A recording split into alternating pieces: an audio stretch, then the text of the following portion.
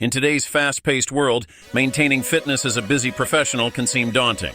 However, incorporating quick and efficient exercises into your daily routine can make all the difference.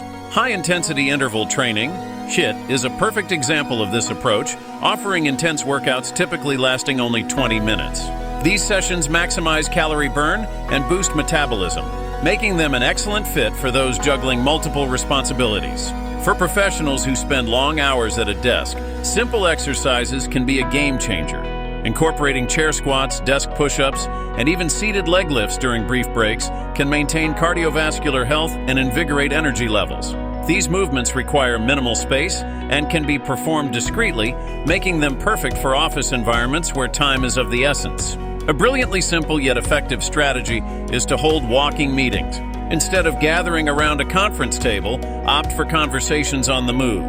This not only promotes physical activity, but also stimulates creativity, as fresh air often invigorates the mind.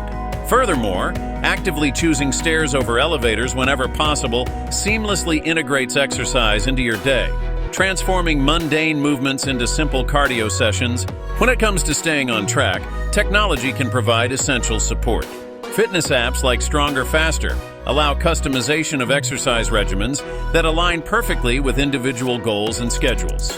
This level of flexibility means that even the busiest of professionals can tailor workouts to fit their unique lifestyle, removing the barrier of time constraints.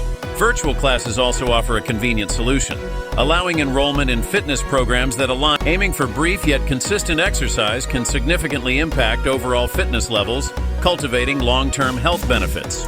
Emphasizing the importance of solid, achievable goals keeps motivation high, allowing you to celebrate every small victory along the way.